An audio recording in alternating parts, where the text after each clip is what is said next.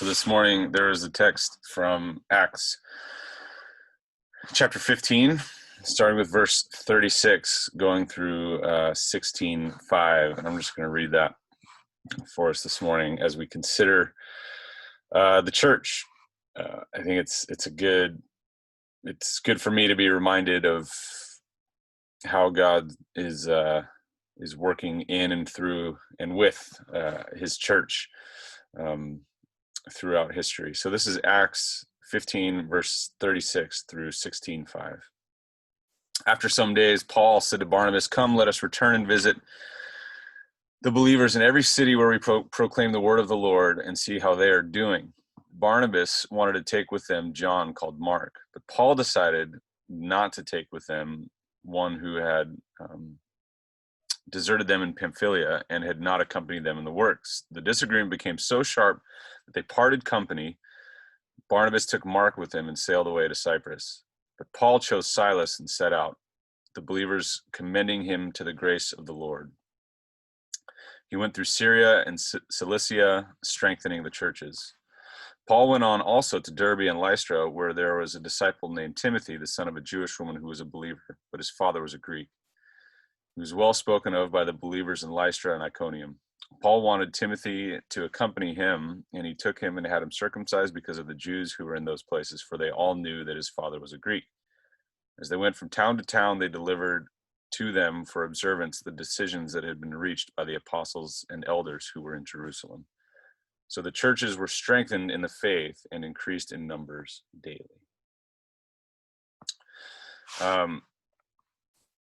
So I think it's interesting. We have this acknowledgement in the book of Acts of a disagreement and a conflict between early leaders and evangelists of the faith. We have Paul and Barnabas not coming to an agreement, and whether or not John, called Mark, should be a part of their next adventure proclaiming the gospel in their world.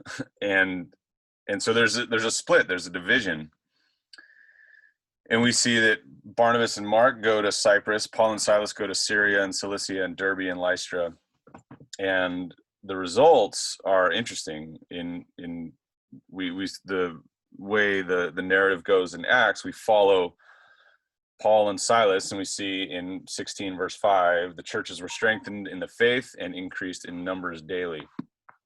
And so we see that there is fruit that comes from Paul and Silas, but we don't really follow, we don't hear much about Barnabas. In fact, that's the last we hear of Barnabas in the book of Acts.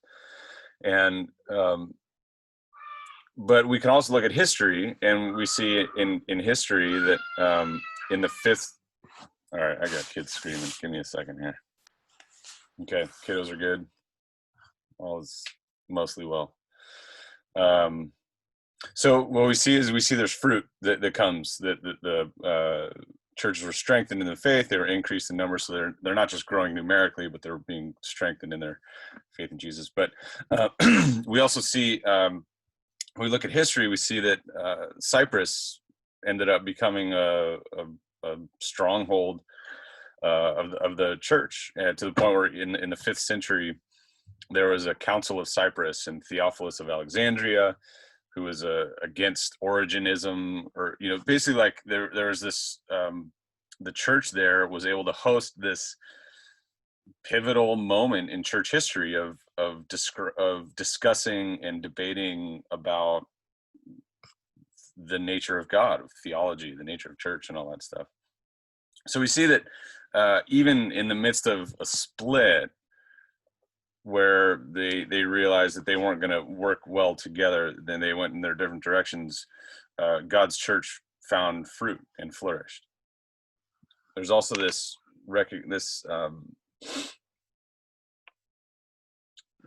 look at this an early church leader in the 14th and 15th century, born in Bohemia, Jan Hus. I don't know if that's how you pronounce his name, but let's go with it. He says he helped launch a vigorous reform of the church in a particularly difficult time in our history known as the Great Schism. Amid highly politicized divisions of God's people, Hus pursued a mystical and evangelical approach, insisting that Christ alone is the head of the church. Right. So that's a theology that we in our context would affirm really sort of without question. And we would, I think many in our context probably just assume that the church has always assumed that, but that's not really the case. Like he was, adamant that Christ alone was the head of the church. And to partisans on both sides, his views seemed idealistic at best and at worst a dreamy anarchism or heresy. Hus maintained a creative loyalty to the church while challenging its pathologies. He was burned at the stake during the Council of Constance in 1415. His death helped give birth to the Moravian Church. As he died, he said this: "It is better to die well than to live wickedly. Truth conquers all things." And if you may or may not be aware, but the Moravian Church has had a profound influence on our church tradition. The Moravian Church had a profound impact on us, the Covenant denomination. There's sort of Moravianism and Pietism are really sort of two main, avenues or rivers of tradition and theology that have helped, flow into the tributary of who we are as a community, as the Covenant denomination. And so I think it's just interesting also, we see that in Acts there's this split and yet fruit comes. And here, Jan Hus is someone who offered his life for what he felt was the way that God's church was meant to operate, and yet that helped give birth to more movement throughout the church that also brought life and fruit. And so, as we're right now in the midst of a really challenging season as the church globally, I think we can find we find hope in the looking in the past and realizing that even all the way back to the book of Acts and in many instances since then, God's church endures. It endures, and it sometimes doesn't endure necessarily through great success and triumph, but God's church can endure through hardship, through conflict. It can endure through even death itself, and not just endure, but sometimes those moments, like seeds, dying and breaking, those can give forth the opportunity for great life and great flourishing. So may we find hope in the God who is there with his church, helping it grow even in the midst of extreme challenge. Amen.